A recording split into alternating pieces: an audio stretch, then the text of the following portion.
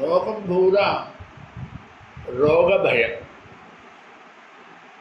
ரோகம் வரலை, வந்துடுமோ என்கிற பயமே அவனை நிலகுலைய வைக்கிறது. இந்த ரோகம் இதுக்கு பேரு கொடுத்தது, இது எங்கேருந்து கிளம்பித்து என்கிற சரித்திரமெல்லாம் நமக்கு தெரியாது. குறிப்பிட்ட தேசத்திலேருந்து முதல்ல ஆவிர்பவிச்சது, அப்புறம் எங்கும் பறந்து இப்போ லோக மாசகனம், அதுவும் குறிப்பாக மனித இனத்தை ஒரு நொடியில் வாழ்க்கையை முடித்து வைக்கிறது. இப்படி ஒரு ரோகம் இப்போ நம்ம அனுபவிச்சுட்டு இருக்கோம். அதை விஞ்ஞான முறைப்படி அதை ஆராய்ச்சி பண்ணி அதை வெல்லறதுக்கு வேண்டியதான ஒரு மருந்து நாம் கண்டுபிடிக்கிறதுக்குள்ள மருந்து கொடுக்கறதுக்கு ஆள் இருக்குமா என்கிற அளவுக்கு நமக்கு பயம் எழுதியிருக்கு. அதனுடைய வளர்ச்சி புராணத்தில் சொல்லுவோம்.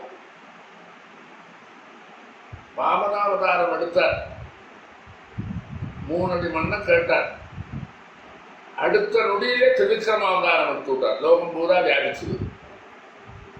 அந்த மாதிரி ஒரு வளர்ச்சி அடைஞ்சிருக்கிறோடு மனித இனம் பயத்தில் மாற்றிட்டு கஷ்டத்தை தான் அனுபவிச்சு.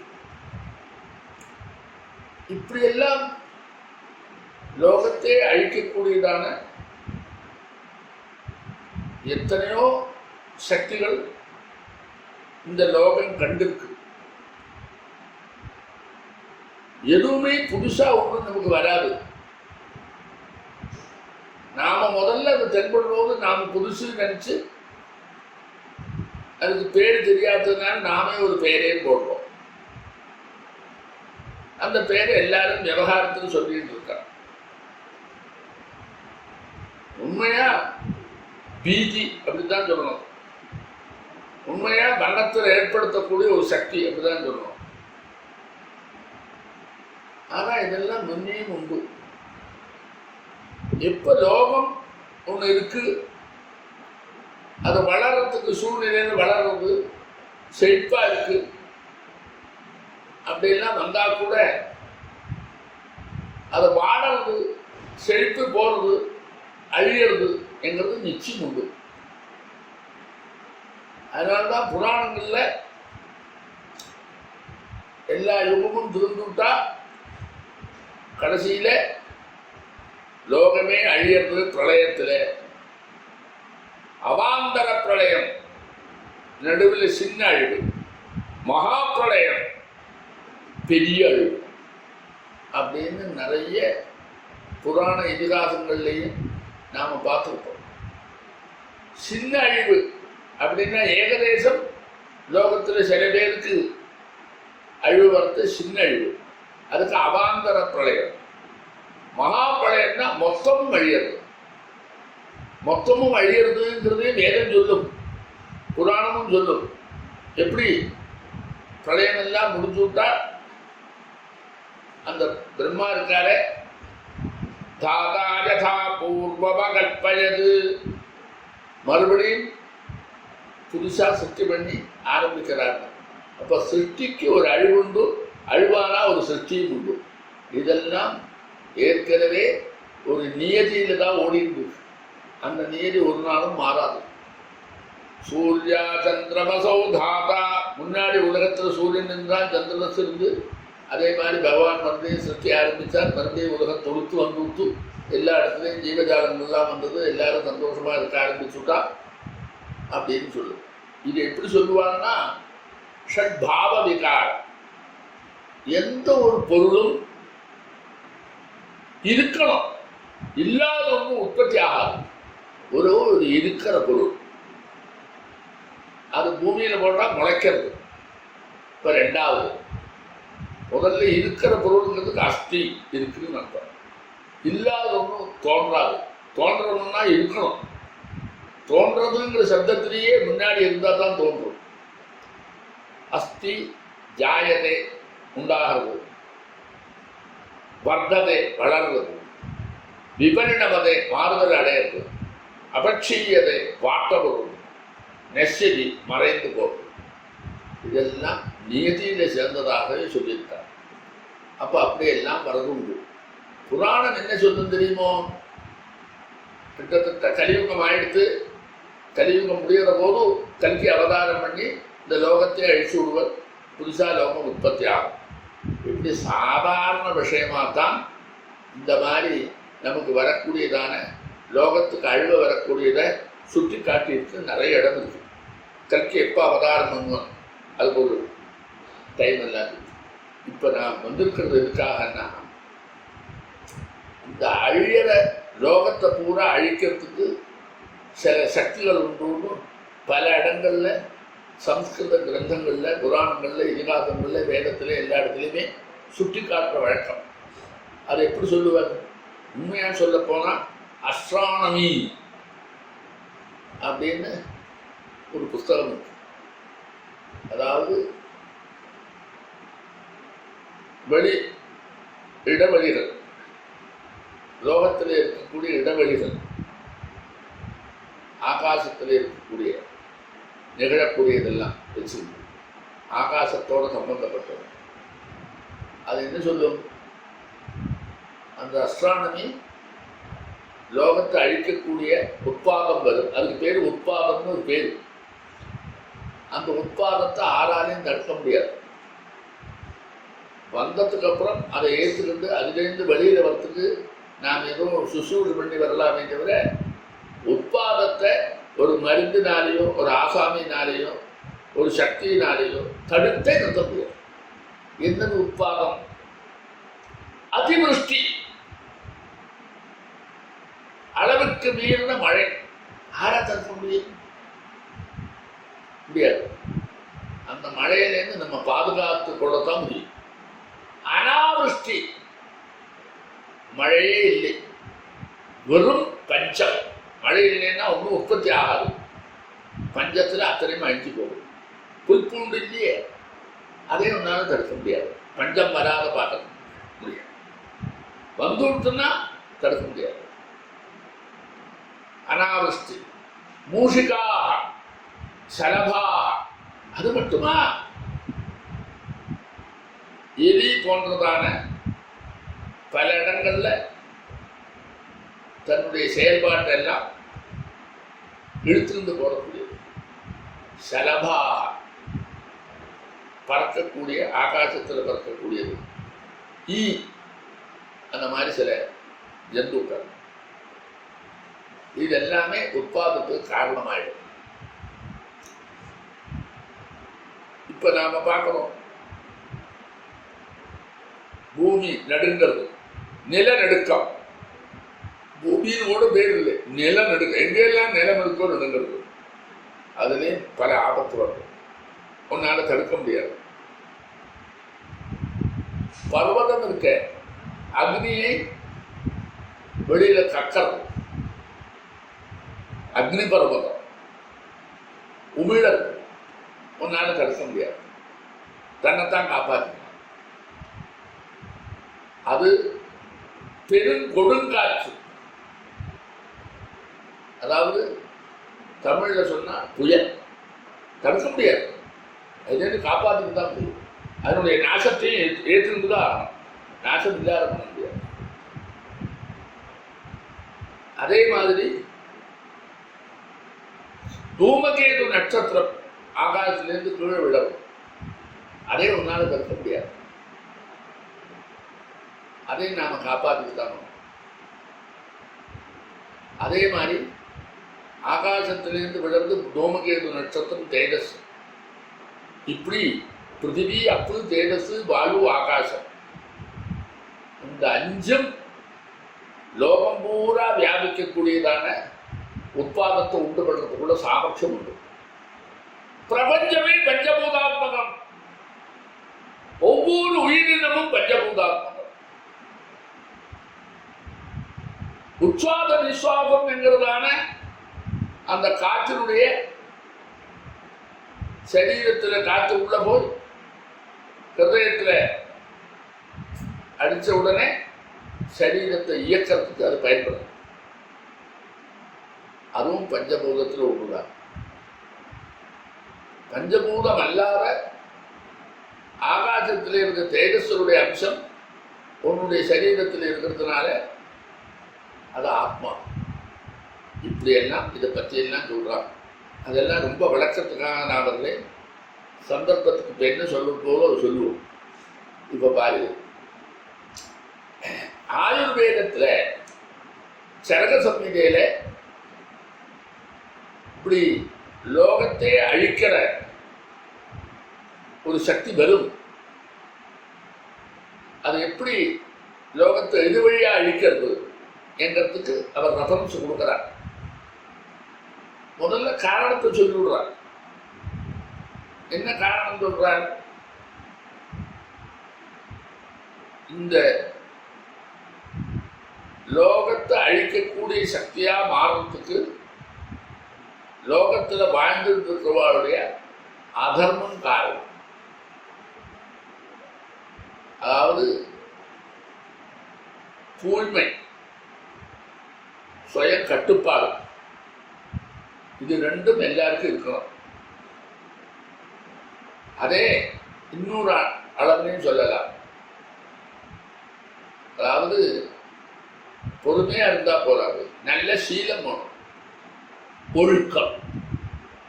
ஒழுக்கமும் கட்டுப்பாடும் இருந்தா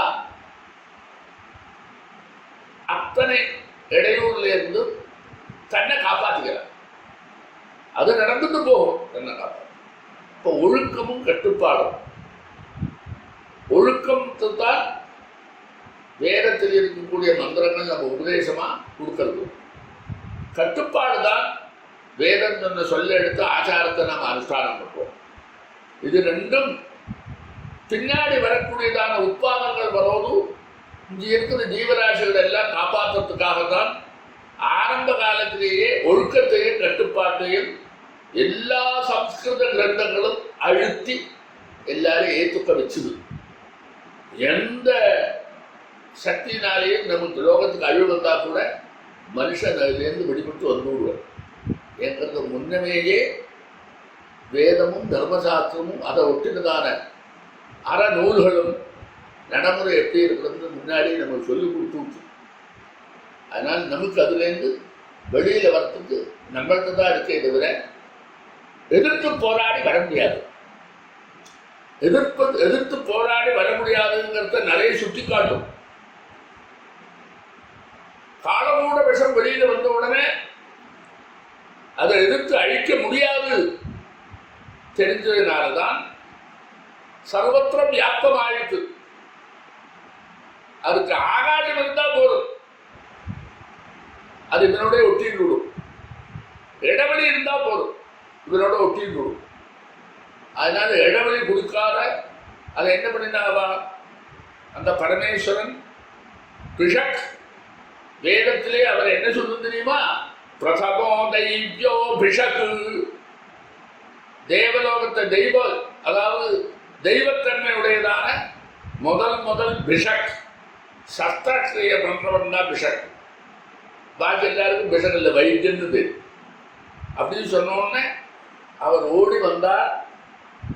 அந்த காலகூட விஷத்தை எங்கெல்லாம் வியாபிச்சிருக்கோ அதை எல்லாத்தையும் சேர்த்து உருட்டி திரட்டி கையில் ஒரு சுண்டக்காய் அளவு கொண்ட வச்சிருந்து அதை அழிக்க முடியாதுங்கிறதுக்காகவே அதை முழுங்கி தன்னுடைய கழுத்திலேயே வச்சுருந்துட்டார். அப்படிதான் அர்த்தம். அப்போ மற்றவாளை காப்பாற்றுறதுக்காக அதை ஒதுக்கி வைக்கிறது, அதை அதனுடைய செயல்பாட்டை அழிக்கிறது. இப்படிதான் அவ கண்டுபிடிச்சிருக்காங்க. அதெல்லாம் அவ முன்னோர்கள் நல்லா புரிஞ்சுட்டு இருந்தா எதை அழிக்கலாம் எதை அழிக்கப்படாது என்கிற ஞானம் எல்லாம் தெளிவா இருந்திருக்கு நம்முடைய ரிஷிகளுக்கு. நீ வேணா புது சிந்தனையில எங்கேருந்தோ எல்லாம் சொல்றதுனால இதெல்லாம் மூட நம்பிக்கையோ உபயோகப்படாது அப்படின்னு அஜ்ஞானத்தினால அதை ஏற்றுக்க முடியாத நீயே சாவ ஏற்றுக்கிறதுக்கு தயாராகிட்டா அதுக்கு நாம என்ன பண்ண முடியும்? அப்படி சொல்றாங்க. இதுக்கு ஒரு திருஷ்டாந்தம் சொல்றேன். இது ஒண்ணு மட்டும் இல்லை. யுத்தம் பண்ணிட்டு இருந்தால் அசுராவுடைய சக்தி இருக்க, அதை எதிர்க்கிறதுக்கு சக்தியே இல்லை, ஒருத்தராலே முடியலை. அதுல ஒருத்தன் ரத்த பீஜாசுரன் பேரு. அவருடைய சரீரத்தில் இருக்கிற ரத்தம் பிருத்திவியில பட்டா போகும். இப்ப பிருத்திவி சம்பந்தமா இருந்தா அந்த பிருத்திவியில வாழறவ அத்தனை பேரும் அவன் அந்த ரத்தத்தோட வந்தவனுக்கான சாப்பிடுவான். அப்போ அவன் ரத்தம் பிருத்திவியில படாத இருக்கிறதுக்கு என்ன பண்றது என்கிற அதுலேருந்து தப்பிக்கிற வழியைத்தான் தேர்ந்தாலே தவிர அவனை அழிச்சாலும் அது அழியாது. அவன் வெட்டி இருந்தா கூட ஒவ்வொரு ரத்தமும் கீழே விழ விழ அந்த பிருத்திவியில் வந்துவிட்டா பிருத்திவி சம்பந்தமா ஆரெல்லாம் இருக்காலோ அத்தனை பேருக்கும் ஜீவராசிகளுக்கும் மனுஷனுக்கும் எல்லாருக்கும் வந்துவிடும். மனுஷனும் பிருத்திவிய தேஜஸோ வாயுவாகாசத்தில் வந்தவன்னாரே. அதுக்காக அன்னைக்கு சக்தி, அதாவது பெண் உருவத்தில் வந்த சக்தி இருக்க, அதுக்கு நாம புராணத்தில் எப்படி சொல்லும், அதனால பரமேஸ்வரி, அம்பாள், இப்படி எல்லாம் லலிதா, இப்படி எல்லாம் பல பேரை சொல்லும். அவள் என்ன பண்ணா, காளி என்கிற உருவத்தை எடுத்துக்கிட்டு யுத்த களத்தில் சண்டை போடுற போது நம்ம ரத்தம் பூமியில் படாத இருந்தா அப்பதான் அதை அடக்க முடியும்னு தெரிஞ்சதுனால அந்த யுத்தக்கள அளவுக்கு தன் நாக்க பெருசாக்கினான். யுத்த களத்தில் பரப்பி விட்டான். பறந்த உடனே அதுல மேலே எழுதா அவன் சண்டை போடுறான். அப்ப சண்டை போடுற ரத்தம் பூரா நாக்கில் தானே இருந்தது, உள்ளுக்கு இழுத்துட்டு விட்டான். அது தன்கிட்டயே வெளியில வராத பண்ணி விட்டான். இப்ப என்ன ஆயிடுத்து, அதனால இதுக்கு எப்படி பரிகாரம் அவ கண்டுபிடிச்சாருன்னா, நம்மளை பாதிக்காத அளவுக்கு அடக்கத்தான் முடியும்.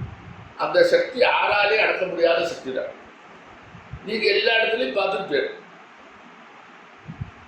நடராஜருடைய விக்கிரகம் ஒரு காலை அழுத்தி வச்சு இன்னொரு காலால நாட்டியம் ஆடிட்டு இருக்காரு. நாட்டியம் ஆடுறோடு நாட்டியம் ஆடினா போறாதா?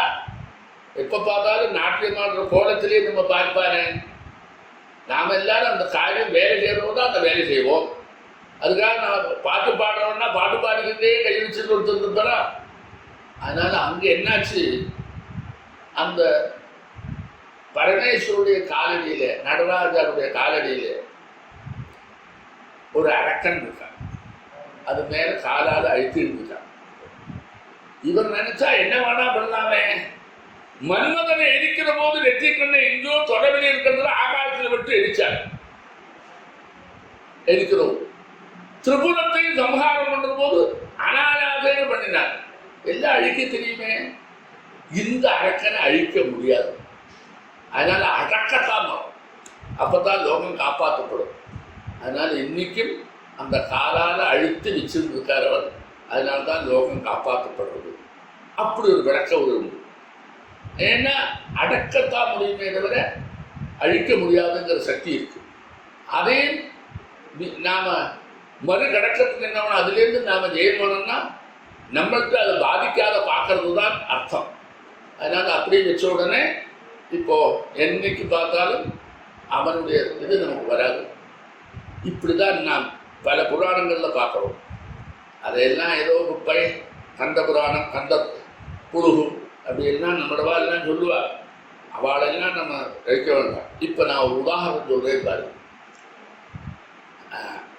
அந்த சரக சம்ஹிதையில் என்ன சொல்லுவார் தெரியுமா, இந்த மாதிரி உட்பாதங்கள் திடீர்னு கலந்துருதான எதிர்க்க முடியாத ஒரு மாரக சக்தி வந்ததுன்னா தன்னை பாதிக்காத இருக்கிறதுக்கு என்ன பண்ணணும், அது ஏன் வந்தது, எப்படி வந்தது, எந்த வழியில வந்தது என்கிறத ஒண்ணு விடாத அனலைஸ் பண்ணியிருக்கார். தஸ்ய மூலம் அதர்மஹா. அதுக்கு மூலம் என்னது? அதர்மம். எப்படி அதர்மம்? நியாயப்படி செய்யாமல் அநியாயம் செய்தா அதர்மம் தான். தர்மத்தை கடைபிடிக்காத அதர்மம் தான். ஒரு விளக்கம் ஒரு கொடுக்கிறார் அவர். பிரபஞ்சத்தினுடைய ஆத்மா ஆறு? சூரிய ஆத்மா ஜெகதஸ்துஷ. சூரியன் தான் ஆத்மா. உலகங்கிறது ஒரு உருவமா வச்சுக்கோ, ஒரு மனிதனா. அந்த உலகத்தில் இருக்கிற உலகம் இயங்கணும்னா அந்த சூரியன் தான் இயக்கணும். எப்படி நமக்கெல்லாம் சரீரத்துக்குள்ள ஒரு சைதன்யம் இருந்து ஆத்மாவா இருந்து அந்த ஆத்மாவை இயக்கிறதுக்கு பஞ்சபூதாத்மமான இந்த கூட்டை இயக்கிறதுக்கு உச்சாத விஸ்வாதம் வழியா இயக்கிட்டு இருக்கோம் இல்லையா? அது உள்ளே இருக்கக்கூடியதெல்லாம் ப்ராப்பரா இருந்தா இயக்கம் கெட்டு போகாது. இவன் தப்பு பண்றான் இந்த மனுஷன். ஏன் வியாதி வருது மனுஷனுக்கு? அபத்தியாகார விகாரம், பிரத்யாபராதம், பரிணாமம், தவறான உணவு முறைகள், தவறான சிந்தனைகள், சுற்றுச்சூழலில் இருக்க பாதிப்பு அத்தனையும் இவனை அழிக்கிறது. அப்போ எப்படி இவன் தவற பண்ணினா இவன் சரீரத்துக்கு ரோகம் வந்து இவன் சாகரானோ அதுபோல லோகம்ங்கிறதே ஒரு மனுஷன். அது உள்ள உட்கார்ந்துருக்கலாம். நாமெல்லாம் தவறா பண்ணிவிட்டா அந்த பஞ்சபூதம் இருக்க அது கெட்டு போயிடுது. கெட்டு போனா உட்பாதம் வந்து ஒவ்வொரு பஞ்சபூதமும் நம்ம அழிக்கிறதுக்கு தயாராகிடுது. அப்படிங்கிற விளக்கம் நமக்கு சரக சம்ஹிதையிலிருந்து கிடைக்கிறது. இப்ப நான் உதாரணம் சொல்றேன். அவர் என்ன சொல்றது தெரியுமா? சஸ்ய மூலம் அதர்மஹா. நீ தர்மம் அதர்மம் சொன்னா நீ என்னமோ பழைய கல்ச்சரை வச்சிருந்து கண்ணுக்கு புலப்படாத நீங்க ஏதோ ஒரு பிராக்டிஸ் பண்றீங்களே அந்த சப்ஜெக்ட்னு கொச்சையா நினைக்காத. செயல்பட வேண்டியது அவசியங்கிறது தான் தர்மம். அப்படிதான் அர்த்தம். அதனுடைய தரத்தை நீ புரிஞ்சுக்காத பண்டைய காலத்தில் உபயோகப்படுத்தக்கூடியதான மத சம்பந்தம் அல்லாது. இதுக்கு மதம்னே பேர் இல்லை. நீங்களா உங்களுக்கு நினைச்ச போது ஒரு கும்பலை வச்சுக்கிட்டு அதை மதம்னு சொல்லி அப்படின்னு எல்லாம் நாம போகாத. இப்ப நாம வந்து அது என்னென்ன கிரந்தத்தில் எது இருக்குது நினைச்சுன்னு தெரிஞ்சுக்கணும். அந்த காலம் வந்து கொடுத்து வேற ஒருத்தர் ஒன்றும் கை கொடுக்கறதுக்கு யாரும் இல்லை. அவளே தடனேன்னு இருக்கா. எல்லாத்தையும் வெள்ளக்காரனையும் வெளிநாட்டுக்காரனையும் நம்பிட்டு நீ இருக்க முடியுமா? அங்கதான் அவன் கண்டுபிடிக்கிறான். சொல்ல போது ஒன்றும் இல்லை, நானே கண்டுபிடிச்சேங்கிறான். ஆனா அவ கண்டுபிடிச்சதுக்கு அப்புறம் தான் வராங்கிறான். ஆனால் லௌகிகமான இந்த விஞ்ஞான கண்டுபிடிப்பெல்லாம் ஒன்றும் பிராச்சீனமாக இருக்கக்கூடிய இந்த சக்தி ஒன்றும் அழிக்கவே முடியாது. அதுக்கு ஒன்றும் சக்தி இல்லை. பஞ்சபூதாத்மகமான நம்மளோட மைண்டில் இருக்கக்கூடிய சக்தி இருக்க அது சுண்டக்காய் சக்தி. அது வந்து அதனுடைய சிந்தனை ஒரு வட்டத்துக்குள்ளதான் அடங்கி விடும், மீறி போகாது. அதனால் இவர் சொன்னதை பார்ப்போம். என்ன சொல்ற? வாயு ருதகம் தேசக்காலஸ்ச. வாயு முதல்ல கெட்டு போயிடும், அப்புறம் ஜலம் கெட்டு போகும், அப்புறம் தேசம் கெட்டு போகும், அப்புறம் காலம் கெட்டு போகும், மொத்தமா அழிவுக்கு இடம் கொடுத்துடும் அப்படின்னு மாரக சக்தி வளர்ற இடத்தை காமிச்சிருக்காங்க. ஒன்று வாயுலேருந்து ஆரம்பம். உச்சாத நிச்சுவாதம் பண்ணி எத்தனை வியாதி நமக்கு வருது? நிறைய வருத. சுவாசம் பண்ணினா போதும், அந்த விஷத்தினுடைய அம்சம் சுவாசம் வழியா உள்ள போனா இவன் போயாச்சு. அதனால காத்துல பரவுறது எத்தனை இருக்கு? காத்துல மட்டுமா பரவுறது? இதுல ஜலத்துல பரவுறது எத்தனை இருக்கு? அந்த ஜலத்துல பரவுறது. இப்ப காத்துல பரவுற ரோகம், ஜலத்துல பரவுற ரோகம், தேஜஸ்ல பரவுற ரோகம், பூமியில பரவுற ரோகம், ஆகாசத்துல பரவுற ரோகம், இதுதான் பரவும். இது எல்லாத்தையும் நீ அனலைஸ் பண்ண ஆரம்பிச்சா பிராச்சீன ரிஷிமாருடைய கண்ணோட்டத்தில் நீ இதை அனலைஸ் பண்ணேன்னா உனக்கு தெல்லம் தெளிவா தெரியுமே. ஒரு ரோகம் வருது, மசூரிகா ஜுரம். எத்தனை பேருக்கு பரவுறது? அவன் போத்திட்டு இருக்கிற வஸ்திரத்தை நீ போத்திண்டா உனக்கும் வருது. அதே மாதிரி சீரஜ்வரம், சன்னிபாதிக ஜுரம். அவன் உபயோகப்படுத்துகிற பாத்திரத்தையும் நீ பயன்படுத்தினா வருது. பிருத்திவி அவனுடைய பொருளை பயன்படுத்தினா வருது, அவனோட பேசிட்டு இருந்தா வருது, அவனை தொட்டா வருது, அவனுடைய மூச்சு காத்து பட்டா வருது. எத்தனை இதை நாம அனுபவிச்சு தெரிஞ்சுட்டு இருப்போம். அந்த மாதிரி இடவெளியில பரவி இருக்கு. ஆகாசத்துல பரவி ஒரே ஆகாசம் தாப்பா. பிருத்திவி நிறைய இருக்கு, மாத்தி மாத்தி ஒரே ஆகாசம் தான். லோகமாசலம் இருக்கிறது ஆகாசம் என்கிறதான பஞ்சபூதம் ஒண்ணுதான். அதில் பரவி கொடுத்துன்னா ஆகாசம் எல்லாரோடையும் ஒட்டி இருக்கிறதுனால உனக்கு தாராளமாக சீக்கிரமாக ஒட்டிக்கும். சொல்லுமே, தரிசனங்கள்லாம் சொல்லுமே, சப்த குணகம் ஆகாசம். உனக்கு சப்தம் எங்கேருந்து வருது? ஆகாசத்துலேருந்து வருது. எங்கேயோ பல ஆயிரக்கணக்கான மைலுக்கு அப்பாட இருக்கக்கூடிய சப்தம் உனக்கு டிவிலையோ ஒன்றுலையோ நீ கேட்குறேன்னா ஒரே ஆகாசமாக இருக்கிறதுனால தான் வருது. இல்லைன்னா நீ எப்படி கேட்ப? நீ பார்த்ததே இல்லை, ஆனால் உன் காதுக்கு விடுறத அதெல்லாம் நம்ம கட்டுறத ஆகாசத்தில் பரவினாத்தான் உலகம் பூரா வியாபிக்கும். ஆகாசம்னா என்ன? இடைவெளி, அதுதான் ஆகாசம். தலை நிமிர்ந்து பார்த்து மேலே ஆகாசம் இல்லை, உனக்கு சுற்றிலையும் ஆகாசம். ஆகாசம் எங்கெல்லாம் இருக்குடா? உன்னுடைய வயிற்றுக்குள்ளே இருக்கு. நீ சாப்பிட்ற சாதம் உள்ளே போனோம்னா ஆகாசம் இருந்தால் தான் போகும், இடைவெளிக்கு தான் போகுது.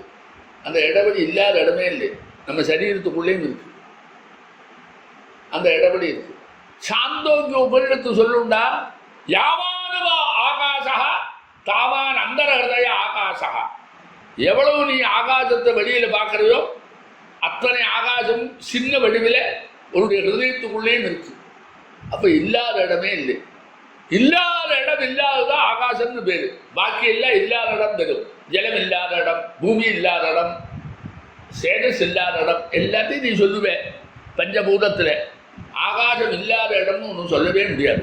அதனால்தான் லோக மாசங்களும் வியாபிச்சிருக்கு. அந்த அப்போ அதுக்கு என்ன சொல்லுவது தெரியுமோ? ஆகாசம் ஒன்றா இருக்கிறதுல ஆகாசத்தோட இடைவெளி உனக்கு விட்டு இருக்கணும். 4 பக்கம் கண்ணாடி போட்டு ஒரு ரூமை வச்சு நீ அது உள்ள பேச ஆரம்பிச்சேன்னா அந்த சப்தம் உனக்கு கேட்காது. ஏன் கேட்காது? ஆகாசத்தை தடுத்த. 4 பக்கம் கண்ணாடியை வச்சு ஒரு ரூம் பண்ணிவிட்டேன், அதில் உட்காந்து நீ பேசிகிட்டே இருக்க. இந்த பேச்சு உனக்கு வெளியில் கேட்காது. ஏன் கேட்காது? கண்ணாடியினால் ஆகாசத்துக்கு தடங்களை உண்டு பண்ண, அதை எடுத்துவிடு, எல்லா இடத்துலையும் கேட்கும். அப்போ தடங்கள், அப்போ ஆகாசத்துக்கு லட்சணம் சொல்லும். அப்பிரதீகாதத்துவம் ஆகாசா சரகதம் மீதியில் நடந்துகிட்டே போகிறது உனக்கு தட்டுப்படலைன்னா அதெல்லாம் ஆகாசம்னு பேர். தட்டுப்பட்ட ஆகாசம் போச்சுன்னு அர்த்தம். இப்படியெல்லாம் ஆகாசத்தை பற்றி சொல்லியிருக்கா. இது என்ன வேடிக்கை தெரியுமோ? முதல்ல இவர் சொல்கிறார், காற்றுல அந்த மகாசக்தி மாரக சக்தி கலக்கணும். அந்த காற்றுலேருந்து ஜலத்தில் பட்டோம்னா ஜலத்தில் கலக்கணும். காற்றை சுசிக்கிறோடு இவனுக்கு வரும், அந்த ஜலத்தை பயன்படுத்தோ வரும். ஜலம் வந்த உடனே பூமியில் போயிடும். அதில் சஸ்யம் வளர்றதுனால சஸ்யத்திலையும் போகும். அதை மறுபடியும் அவன் சாப்பிட்ற போது நம்ம மனுஷனுக்கும் வரும். மனுஷனுடைய மைண்டை பாதிக்கும், சிந்தனையை பாதிக்கும், செத்தும் போவார். அப்போ எப்படியெல்லாம் ஊடுருவி போகலாம் தெரியுமோ? மாரக சக்திக்கு ஊடுருவி போகிறதுக்கு அது ஒன்றும் கஷ்டமே இல்லை. அது இழுத்துக்கிட்டு போகிற பொருள் இருக்க, அது இன்னெல்லாம் ஆனது இல்லை. இந்த 5 பூதங்களும் இழுத்துட்டு போகும். இப்போ ஆகாசத்தில் இருக்கக்கூடியதான இந்த பரவி இருக்கக்கூடிய மாரக சக்தியை எப்படி நாம் கிட்ட வராத இருக்கணும்னா நம்மள்கிட்ட 2 இருக்கணும். என்ன 2?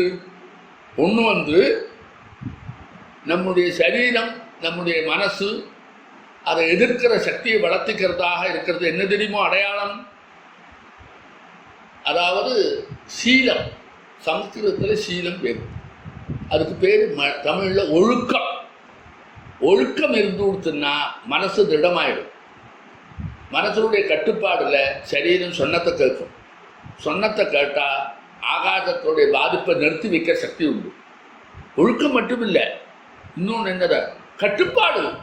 அப்படின்னா நம்முடைய செயல்பாடு, இன்னென்ன வேலையில் என்னென்ன பண்ணலாம் அப்படின்னு இருந்தால் அந்த ஆகாசம் அந்த செயல்பாட்டில் தடுத்து நிறுத்தும். ஒழுக்கம் கட்டுப்பாடும் நம்முடைய ரோகம் நம்மளை தாக்காது இருக்கிறதுக்கு நீங்கள்லாம் சொல்கிறீங்களே, நிறைய சொல்லிட்டு இருக்கேன். ரோக பிரதிரோத சக்தி, அதை எதிர்க்கிற சக்தியை வளர்த்துக்கணும்னு சொல்கிறீங்களே, அதை ஒன்றும் பொருளில் வளர்த்துக்க முடியாது. ஒழுக்கத்திலையும் கட்டுப்பாடில் தான் வளர்க்க முடியும். சரீரம் ரோகத்தை வரும்போது அலர்ஜி மாதிரி வெளியில் ஒரு தள்ளு தள்ளணும்னா அதுக்கு என்ன இருக்கணும்? ஒழுக்கமும் கட்டுப்பாடும் இருக்கணும். அதை ரெண்டு, ஒழுக்கம்ங்கிறது என்னது? நல்ல சீலம். கட்டுப்பாடுங்கிறது அனுஷ்டானம், ஆச்சாரானுஷ்டானம். இப்போ தான் சாப்பிடுவேன், இப்படி தான் இருப்பேன், இப்படி தான் பண்ண, இவ்வளோதான் மனம்ங்கிறது. பழைய காலத்துக்கு அதில் பேர் ஆச்சாரானுஷ்டானம். எல்லா குணங்களோடு இருக்கணும். ஆத்ம குணங்கள் இருந்தால் ஒழுக்கம் இருக்குது.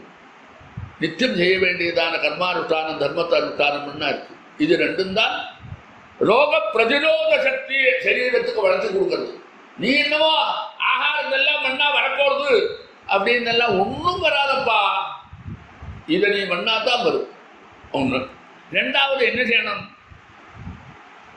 இடைவெளி இல்லை, நாம ஒட்டப்படாது. இடைவெளி நம்ம விட்டு வெளியில தள்ளி இருக்கணும். இடைவெளி ஆகாசம் நம்மோடு ஒட்டினா அதோடு வந்துவிடும். சப்த குணகம் ஆகாசம். ஆகாசத்தில் எது பரவும்? சப்தம். அசரீரிங்கிறானே, ஆகாசத்தில் தானே வருது.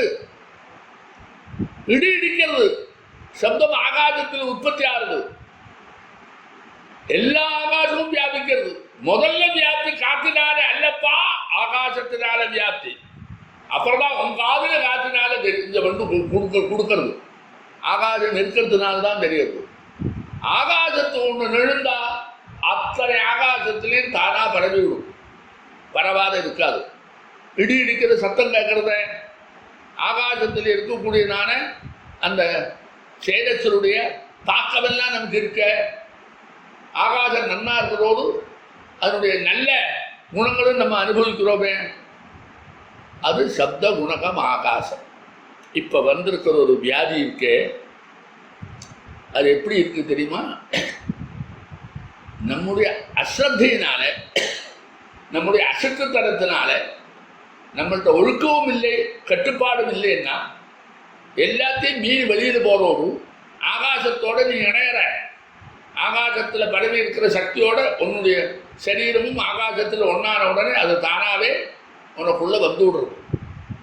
வந்ததுக்கப்புறம் நீ என்னதான் முயற்சி பண்ணாலும் அது உடனே உச்சாத நிசுவாசத்தை போட வேண்டிய ஹிருதயத்தில் போய் அடிச்சு கொடுத்தோம்னா எல்லா இந்திரியங்களும் பர்ஃபெக்டாக இருந்தால் கூட வாழ்க்கை முடிஞ்சு போயிடும். அந்த விஷத்துக்கு அது தட்டு. விஷம்ங்கிற பேர் என்ன? நமக்கு எதிரடையாக இருக்கிறதுனால விஷம்.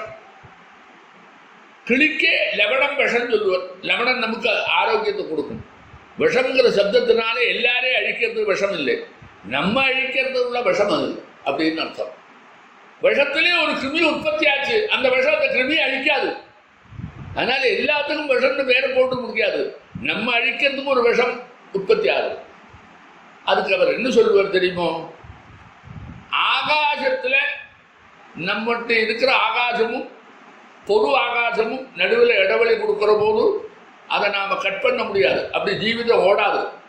அதனால் அந்த ஆகாசத்தில் நம்முடைய சப்தத்தை பரப்பணும். வாயால் மந்திரத்தை சொல்லணும். அந்த சப்தம் எல்லாம் சப்த குணகம் ஆகாசம். நீ சொன்னீங்கன்னா அந்த மந்திரம் எல்லா இடத்துலையும் சுற்றுச்சூழலில் அது அப்படியே வளர்ந்துகிட்டே இருக்கு. நீ உன்னுடைய இதுபடி உன்னுடைய புது சிந்தனைகள், அதே மாதிரி விஞ்ஞானம் அதெல்லாம் பயன்படுத்த. சப்தத்தை ஒருத்தன் சொல்லிகிட்டே இருக்கான். அந்த சப்தம் எல்லா இடத்துலையும் ஆகாசத்தில் பரவுறது. அதை நீ விசாரித்து பாரு. அந்த இடத்துல ஆகாசத்தில் சப்தத்தினுடைய அலைகள் இருக்கா இல்லையா பாரு. இந்த அலைகள் இருக்கிற போது, எல்லா இடத்துலையும் பரவி இருக்கிற போது அந்த விஷக்கிருமியினுடைய தாக்கம் இருக்க இந்த அலைகளை தாண்டி வராது. அதனால சம்ஸ்கிருதத்தில் சப்தத்தை உண்டு பண்ணா போதும். உனக்கு அர்த்தமே தெரிய வேண்டாப்பா. சப்த குணகம் ஆகாசம் இருந்தா சப்தம் மட்டும் தெரிஞ்சா போதும், அர்த்தம் உனக்கு தெரிய வேண்டாம். அதனால்தான் ஊடார்த்தத்தை உடையதான இரவித்தம்னு நம்மால வரையறுக்க முடியாததான ரிஷீஸ்வரருடைய அந்த மஸ்திஷ்கத்தினால என்னைக்கோ ஆகாசத்தில் வியாப்தமாக இருக்கக்கூடிய சப்த ஜாலங்கள் தான் வேதம்னு பேரு. அந்த சப்த ஜாலங்களை தன்னுடைய மஸ்திஷ்கத்தினுடைய பெருமையினால பிடிச்சு இழுத்து, அந்த இழுத்ததுக்கு அப்புறம் மனசுலேயே பதிய வச்சு அந்த சப்த ஜாலத்தை வாயால வைகலி ரூபேட மற்றவாள் கேட்கும்படியா பண்ற வேலையை தான் இத்தனை வேலை பண்ணிட்டு இருக்கா. அது ஏதோ எழுதினா அது ஒன்றும் உபயோகம் இல்லை அப்படின்னு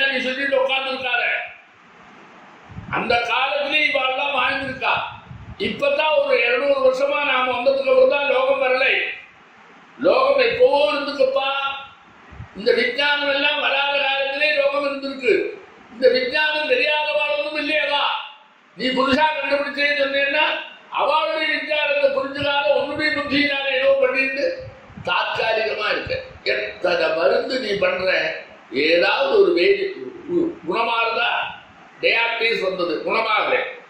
அதுபோல காக்காவலிப்பு வந்தது, குணமாகலை. உன்னால குணம் பண்ண முடியாதுதான் உனக்கு தெரியுது. நீ குணம் பண்றது எங்க தெரியுது? ஒண்ணுமே இல்லை. க்ஷயம் உன்னால குணமாகலை,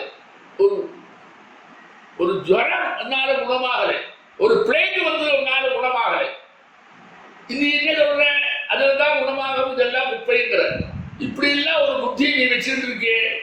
நாமெல்லாம் இந்த காலத்துல வாழ்ந்து இருக்கக்கூடிய, இந்த சூழல்ல பழகி இருக்கக்கூடிய, இது எல்லாத்தையும் விட இதை விட பயங்கரமான விஷத்தையும் லோகத்துல வந்த உட்பாதத்தையும் சந்திச்சு பல காலங்களை தாண்டிட்டு இருக்கிறவாளாக்கும் பாரதியார்ல நம்முடைய முன்னோர்கள்.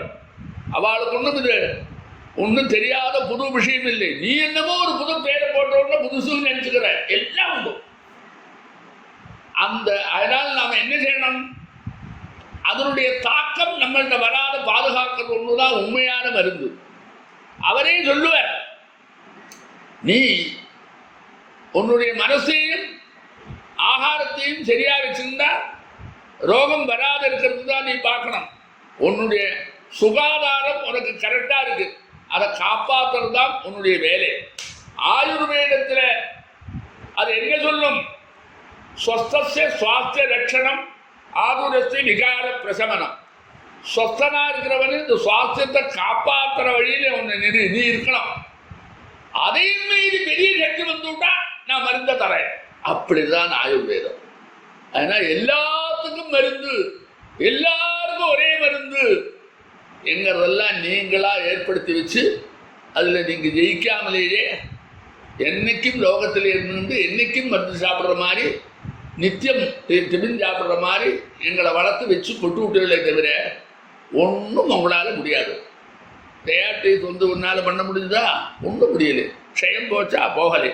ஏதோ ஒரு காரணத்தை சொல்லுவேன், அது ரொம்ப புத்தி போயிடுத்து, என்னால முடியலையும். ஒன்னாலே இல்லை, யாராலையும் முடியாது. அங்கே எல்லாம் ஆயுர்வேதம் என்ன சொல்லும் தெரியுமா? இன்னும் பெருசா சத்தம் போல வருமுன் காப்போம் அப்படி எல்லாம் இல்லை. வருமுன் காப்போம் இல்லை, வரதுங்கிறதே இல்லை. வரப்பு வந்தாலும் அதை என்ன சமாளிச்சுக்கிற சக்தியை வளர்ப்போம். நீ என்ன காப்போம்னா காப்போம்லாம் முடியாது. பெருசா ஒரு பெரிய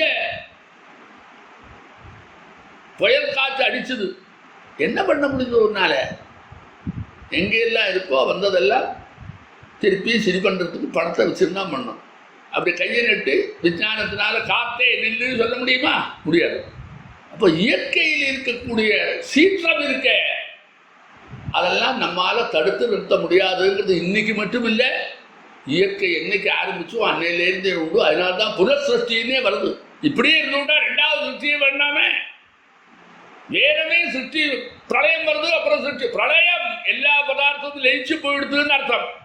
ஜலமா ரொம்பிச்சுன்னு அர்த்தம் இல்லை, புரியறதுக்காக வருது. பிரளயம் பிரகர்ஷேன லயா, எல்லாம் அந்த லயிச்சு போயிடுது பஞ்சபூதத்தில், அவ்வளவுதான், செயல்படலை. அப்ப என்ன செய்யணும்? இப்ப நாம என்ன பண்ணணும்? வேதத்தை மட்டும் பிராதானியம்னு நினைச்சிருந்து சொல்றேன்னு நினைக்காத. ஏன் தெரியுமா? வேதம் ஆகாசத்திலே என்னைக்குமே இருந்துட்டு இருக்கு, இப்பவும் இருக்கு. ஆனா அந்த வேதம் இருக்குன்னு சொன்னா அதையும் தாக்குற அளவுக்கு இதுவும் பரவுறது. அந்த பரவுறபோது இம்மீடியட்டா அந்த பரவலை தடுக்கிறதுக்கு ஆகாசத்தினுடைய சம்பந்தம் நமக்கு இருக்க, அதை கட் பண்ணணும். அதை கட் பண்ண முடியாது, கொஞ்சம் விலகித்தான் இருக்கலாம், இடைவெளி கொடுக்கணும். இடைவெளியில் அது இந்த வரைக்கும் வராது. அந்த இடைவெளி கொடுக்கறதுக்கு உன்னால வெறும் இடைவெளி கொடுத்தா போராது. நீ வேதத்தை உச்சாரணம் பண்ணா உனக்கு சுத்தும் அந்த வேத துவனி இருக்க, அது அலையிலேயே அங்கே இருக்கிற போது அந்த சக்தி வரோது இந்த வேத அலைகள் இருக்க, அது இந்த தள்ளாத வெளியில தள்ளிவிடும். பொறுமை உனக்கு. அதனால்தான் அவளே சொல்றா, நீ கொஞ்சம் விலகி நின்று 1 மீட்டர் 2 மீட்டர் எல்லாம் சொல்றா. ஆகாசத்திலிருந்தும் விலகிறதா அதுக்கு அர்த்தமப்பா. 2 பேரும் ஒரே ஆகாசத்தில் நெருங்கி இல்லாமல் விலகிது. விலகி மட்டும் இருந்தா போறாது. உன்னுடைய சரீரத்தில் பாதிக்காது இருக்கணும்னா உனக்கு என்ன இருக்கணும்? உன்னுடைய சுயம் கட்டுப்பாடு இருக்கணும். அதே சமயத்தில் என்ன இருக்கணும்? நல்ல சீலம் ஒழுக்கமும் இருக்கணும். அப்போ தான், இல்லைன்னா அதை விலகினது கூட உன்னை தாக்கும். அப்போ ஒன்றை காப்பாற்றிக்கிறது ஒழுக்கமும் அதே சமயத்தில் சுய கட்டுப்பாடும் உனக்கு இருக்கணும். இன்னொன்று, ஆகாசத்திலிருந்து பறவை நம்மள்கிட்ட நெருங்காது இருக்கிறதுக்கு விலகி நின்னா போராது. அந்த விலகலை நீ நம்ப முடியாது, மறுபடியும் உள்ள நுழைஞ்சுவிடும்.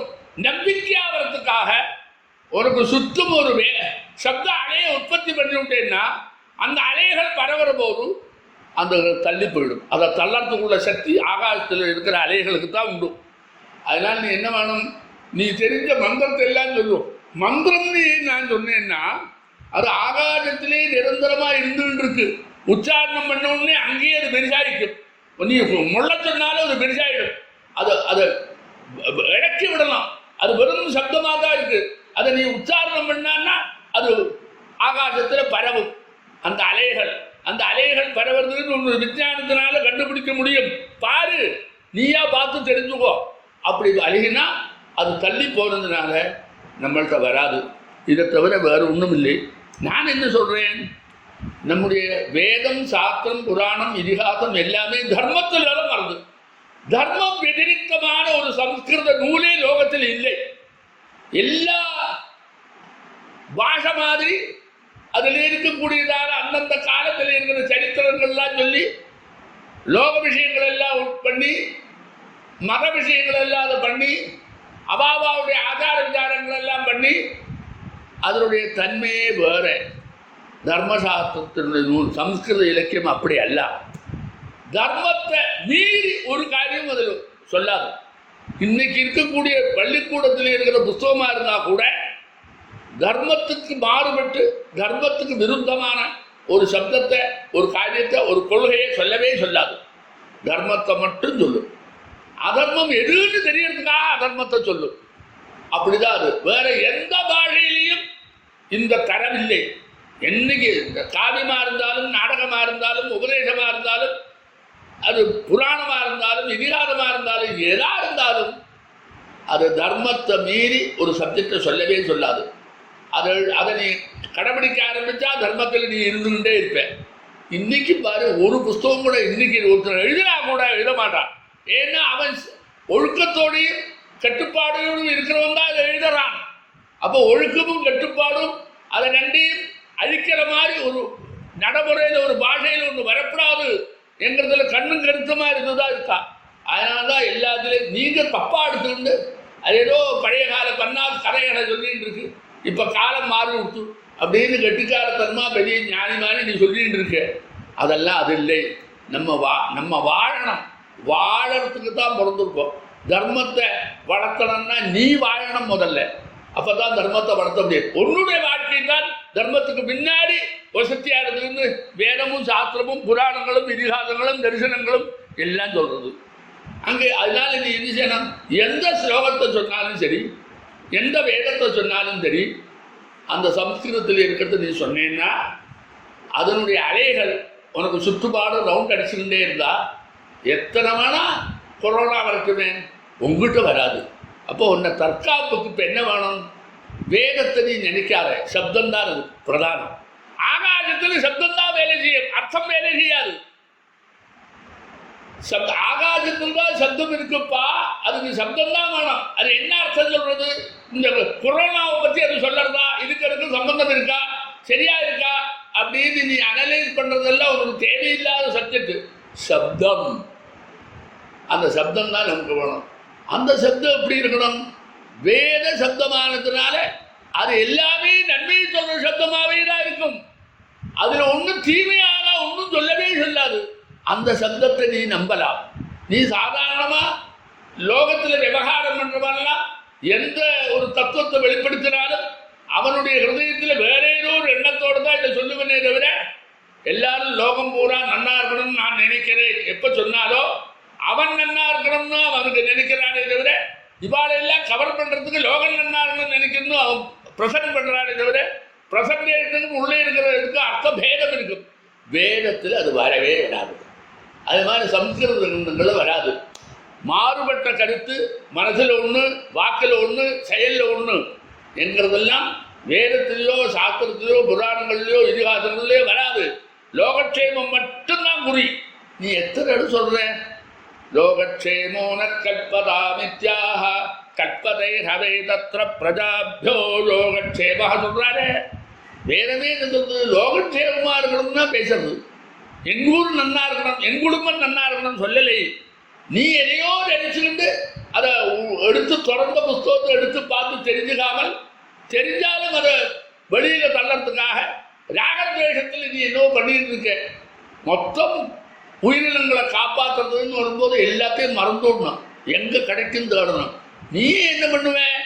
ஒன்றும் முடியலன்னா கடைசியில் எங்கேயோ போய் கேட்பைய. உனக்கு முடியலைன்னு சொன்னா எல்லாத்தையும் ஆறு சொன்னதான் கேட்பேன் நீ. அவ்வளவுதான் உனக்கு புத்தி இருக்கு. அப்ப நீ என்ன செய்யணும்? அந்த சப்த அலைகளை வேதத்தை உச்சாரணம் பண்ணா சப்தம்தான் வேணும், அர்த்தத்தை பார்க்காத. அந்த அலைகள் வெளியில வருது.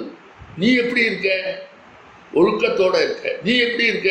கட்டுப்பாடோட இருக்க. இது ரெண்டு ரோக பிரதிரோத சக்தியா பயன்படும். இது நீ பட்டேன்னா ஆகாசத்தை உங்கள்கிட்ட இடிக்க விடாத அந்த அகலம் இருக்க, அதை உன்னை காப்பாற்றி கொடுக்கும். உங்கள்கிட்ட வரவே வராது. இதுதான் இப்போ இருக்கிற சூழ்நிலை மருந்து. பின்னாடி எல்லாம் கண்டுபிடிச்சு வந்து கொடுத்து சொன்னா கூட இந்த பேரை சொல்லித்தானே சொன்னார். நாளைக்கு இன்னொரு பேரை சொல்லி இன்னொன்று வருமே. அப்ப நீ மறுபடியும் மருந்து கட்டு இருப்பியா? இப்படி மருந்து கட்டு ஒவ்வொன்றும் கண்டுபிடிச்சுட்டே உட்கார்ந்துக்க வேண்டாமே. சாங்கிராமிக ரோகம் பஞ்சபூதாத்மங்கள்ல தான் ஜீவராசிகள்ல பரவடங்கிறது சித்தாந்தம். அதை ஒன்றும் யாரும் மறக்கவோ மறுக்கவோ முடியாது. அதுக்கு நம்மள்கிட்ட இருக்கிற பாதுகாப்பை விட வேற என்ன மருந்துக்கு கௌரவம் இருக்கும்? அதனால அந்த பாதுகாப்பை வைக்கிறதுக்காக நாம் என்ன செய்யணும்? வேதம் படித்தவாள்லாம் வேதம் சொல்லணும், புராண இதிகாசங்கள் படித்தவாள்லாம் அதை சொல்லணும். அந்த பகவத் பிரார்த்தனையில் என்ன வேணும் தெரியுமோ? வேதம் சொல்லும்பா. வேதத்தினுடைய சனாதன தர்மம் என்ன சொல்லும் தெரியுமா? உனக்கு ரெண்டு வேணும்ப்பா. என்னது? பகவதி பக்தி, கர்மணி ஸ்ரத்தா. உனக்கு பகவான்கிட்ட பக்தி இருக்கணும், உன்னுடைய செயல்பாடுல பற்றுதல் இருக்கணும். இதை ரெண்டையும் சொல்லு. பகவத் பக்திங்கிறது என்ன தெரியுமோ?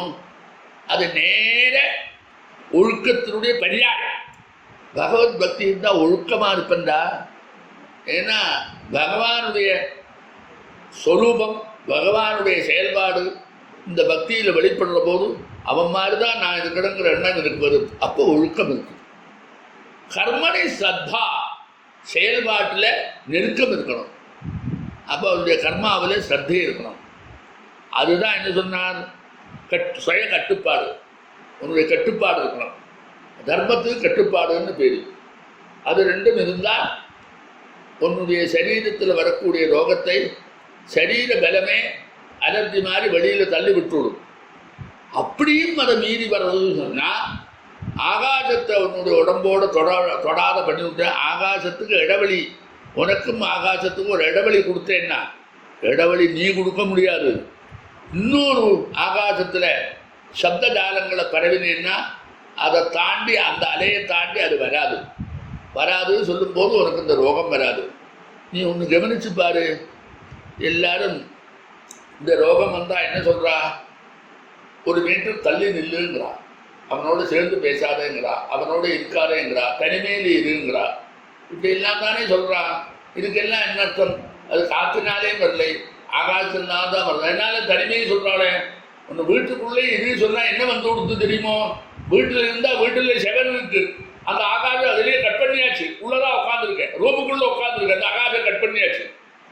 ஆகாசத்தை பிரித்து போடுற வேலை தான் மாதம் பண்ணிட்டு இருக்கா. இப்போ வேற ரீதியில் லௌகிகமாக அவனுக்கு தெரியறமான்னு சொல்கிறானே தவிர வீட்டில் போடுறான். இன்னொன்று கவனிச்சிருக்கியோ? இவாளெல்லாம் போனால் தனிமையில் ஒருத்தரை தனியை போடுங்கிறான்.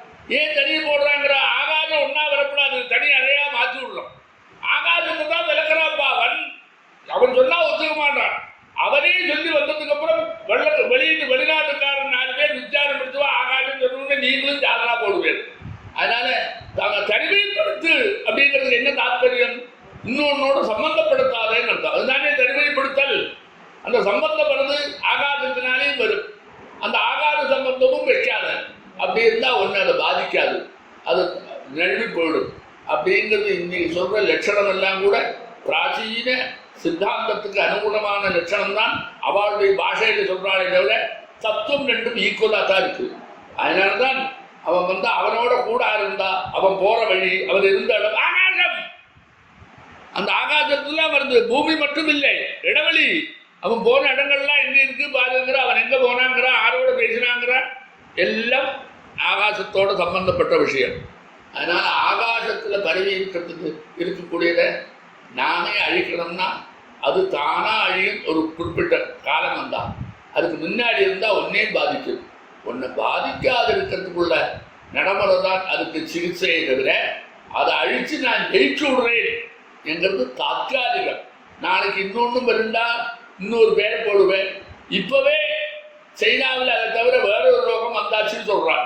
இதே மாதிரி ஒன்று பேரை சொல்லியிருக்கான், அதுக்கு ஏதோ பேரை போட்டிருக்கான். இப்படி ஒவ்வொன்றும் வந்துகிட்டே இருக்கும்போது ஒவ்வொருக்கும் நான் மருந்து கண்டுபிடிக்கிறேன்னு பெரிய ஆராய்ச்சியில் இறங்கி மருந்து எப்படி நீ கண்டுபிடிப்ப? அந்த சொரூப ஞானம் உனக்கு வேணும். அது எதனால வந்திருக்கு தெரியணும், எதை எல்லாத்தையும் விளக்கறா தெரியணும். ஒவ்வொரு ஆசிரியரும் 1000 வியாதிகள் இருக்கு. எல்லாருக்கும் வர கொடுத்தா சரியா வருமா தெரியாது. எல்லாருக்கும் பொதுவான ஒரு மருந்து ஒரு நாள் கண்டுபிடிச்சு ஒத்துக்க முடியாது. எல்லாம் தாத்காலிகம் தான். நீயே மருந்து கொடுக்கறது எப்படி வச்சிருக்க? அதனுடைய உபத்திரவம் வெளியில தாழ தெரியாத இருக்கிறது கட்டுப்படுத்துதான் நீ பண்றே தவிர மருந்து அழிக்கிறதுக்கே ஒரு நாள் கண்டுபிடிக்க முடியல. எல்லாம் கட்டுப்பாடுல வைக்கத்தான் தெரியும்.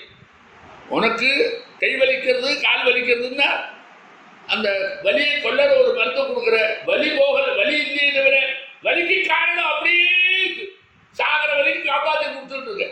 வெளியில் சொல்ற போது நான் எல்லாத்தையும் மறந்து இப்ப வலியே இல்லைங்கிறான். மறுபடியும் வருது.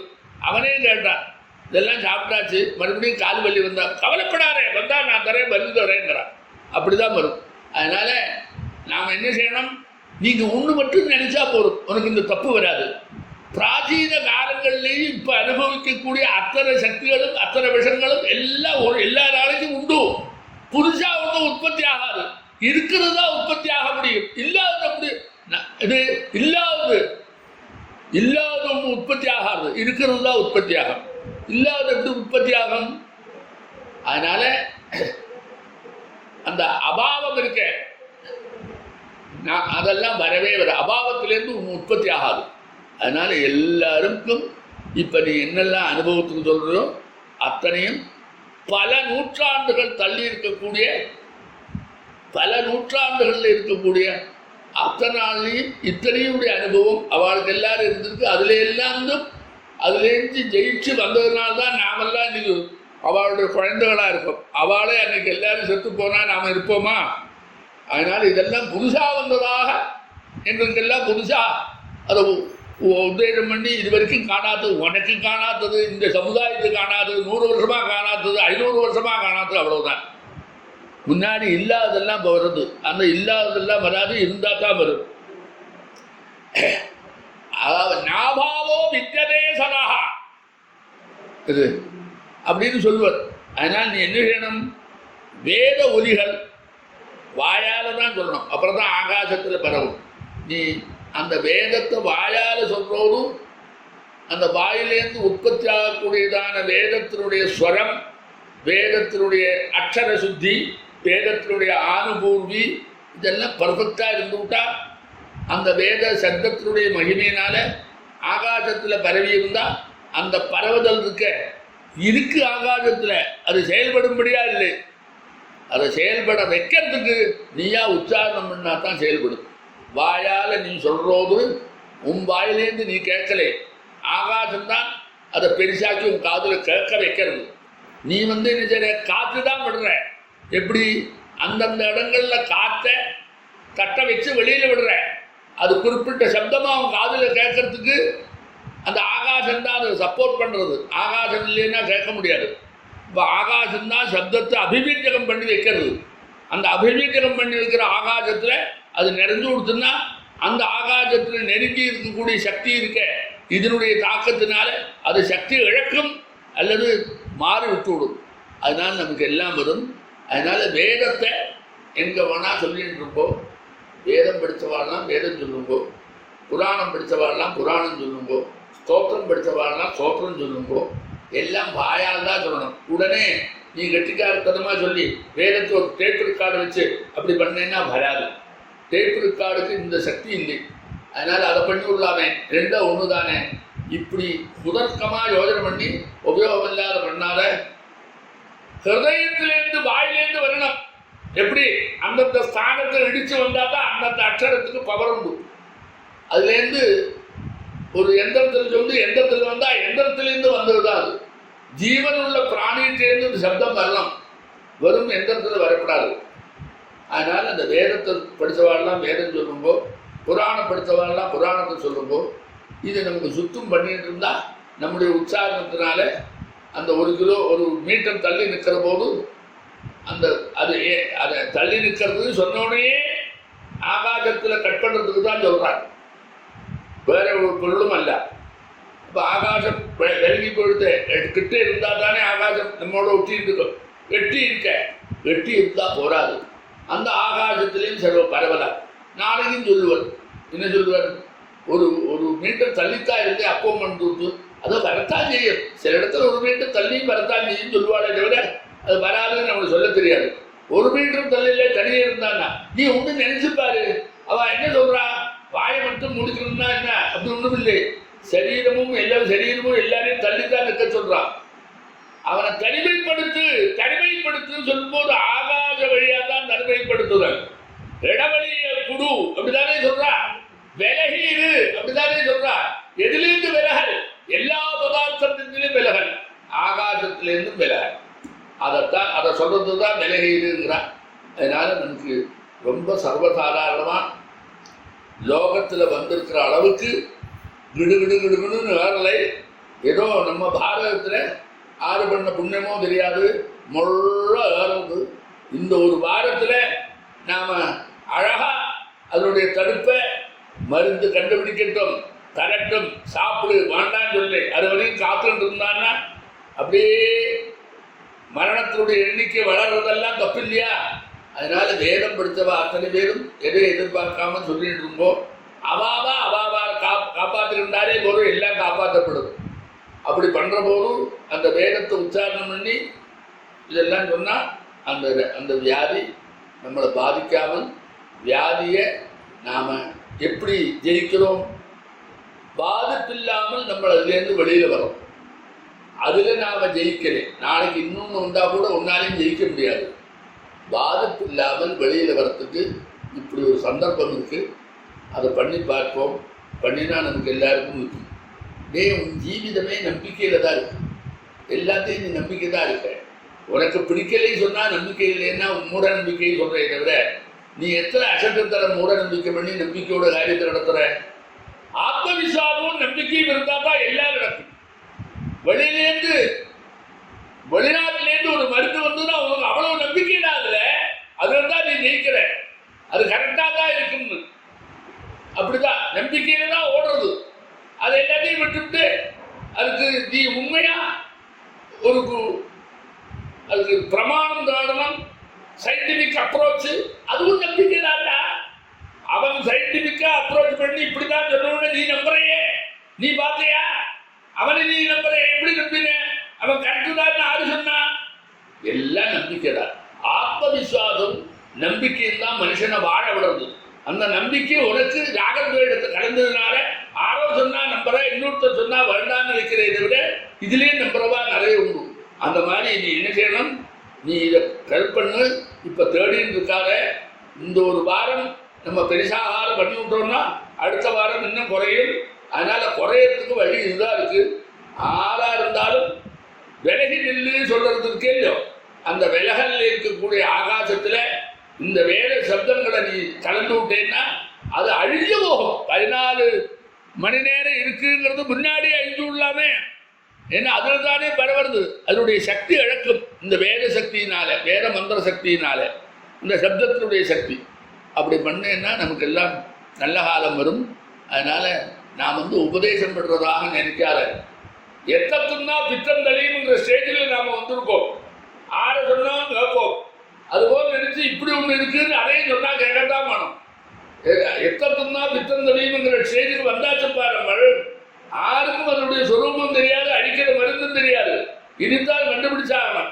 தலைக்கு தலை நான் கண்டுபிடிச்சுட்டே ஒரு மருந்து இது மருந்து சொல்லிட்டு இருக்காளே தவிர அதை பற்றியே ஒன்றும் தெரியாது. அவளே என்ன திண்டாடுறா, அந்த வைரஸுக்கு என்ன சுபாவம் இன்னும் தெரியாது திண்டாடுறா. இது ஒரு மருந்தை கண்டுபிடிச்சு நான் அதை போக்கடிச்சு விட்டே இதை ஆளுங்கிறான். இதெல்லாம் நமக்கு ஒத்து வராது, ஒருத்தரை காப்பாற்ற முடியாது. இந்த மருந்துக்கே நாளை கட்டுப்படாத போயிடும். என்ன செய்வேன்? அதனால நம்புறது, அதனால விசுவாசத்துல நம்பிக்கையில தான் வாழ்க்கையே ஓடுறதுப்பா. எங்கப்பா தான் இவள் அப்படின்னு உங்க அம்மா சொன்னதை நம்பித்தான் நீ ஒத்துக்கிற. நீ பார்த்தியா? நம்பிக்கையில தான் வாழ்க்கைடா. இவதான் உங்க அம்மா அப்படின்னு உங்க அப்பா சொல்லித்தான் நம்புற. யாரு அந்த வயசுலேருந்து வந்தேன்னு உனக்கு தெரியுமா? அப்ப நீ எல்லாம் எப்படி நம்பிக்கையில தான் ஓடுறது. அந்த நம்பிக்கையில ஓடுறது புரியுதோ? அந்த நம்பிக்கை நீ என்ன செய்யற? உன்னுடைய மனசுல இருக்கிற சிந்தனையில் இருக்கிற கோளாறுனால சிலதை நம்புற, சிலது நம்புற. அதனால வெளிநாட்டிலேருந்து ஏதோ ஒரு பொருள் வந்துருச்சுன்னா அது எல்லாமே நம்பர் ஒன், அது எல்லாமே பர்ஃபெக்ட், அது எல்லாமே ஒரு சோர்ஸ் இருக்கு, அது எல்லாமே தேவைன்னு ஒன்றை நம்ம கொண்டு விட்ட. நீ எத்தனை மருந்து கொண்டு வந்து அது சைடு எஃபெக்ட்னால எத்தனை பேர் செத்து போறா. அந்த மருந்து வேல்யூ இல்லைன்னு அப்புறம் வேண்டாம் சொன்னதுக்கு அப்புறம் நாம அதே 5-6 வருஷம் சாப்பிட்டு சாகிறோமே.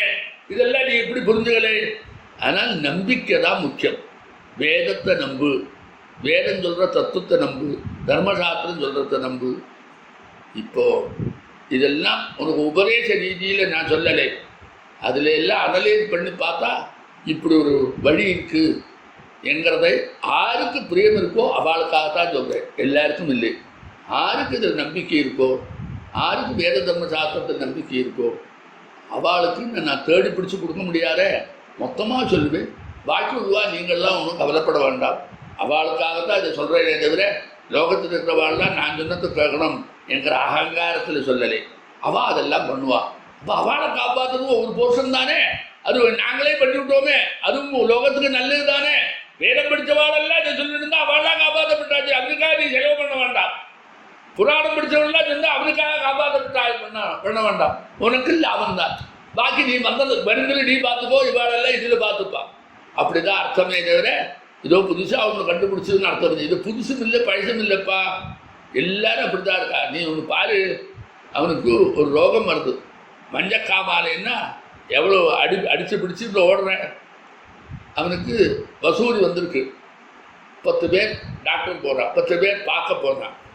அதில் 3 பேருக்கு அடுத்த நாளைக்கு வசூரி வந்துருக்கு, 7 பேருக்கு வரவே இல்லை. எல்லாம் அதே ஆகாசத்தில் தான் இருந்தது. அங்கே என்ன, அவன் ஒழுக்கமும் அவனுடைய கட்டுப்பாடும் அவனுடைய உடம்புக்கு வராத அவன் தடுத்தான். அதை அழிக்கலை, அதை அழிக்க முடியாது, இன்னைக்கு இருக்க.